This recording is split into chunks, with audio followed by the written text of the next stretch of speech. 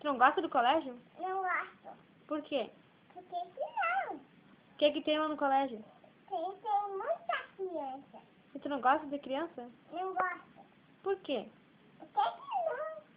E tu foi no colégio, o professor te falou o quê? Nada. Que não deixou tu ir no banheiro. Não, tava cansada. E daí? Daí tava cantando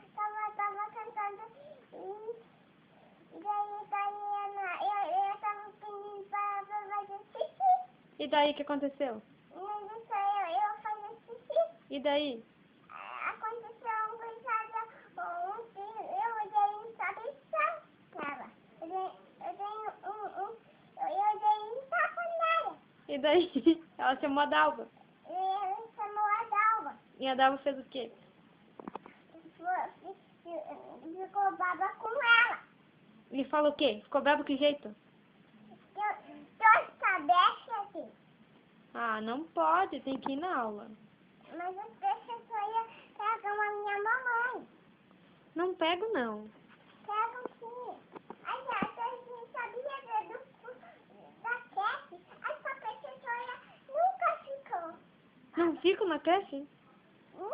E o que tem lá na creche? Tem muito a gente. É?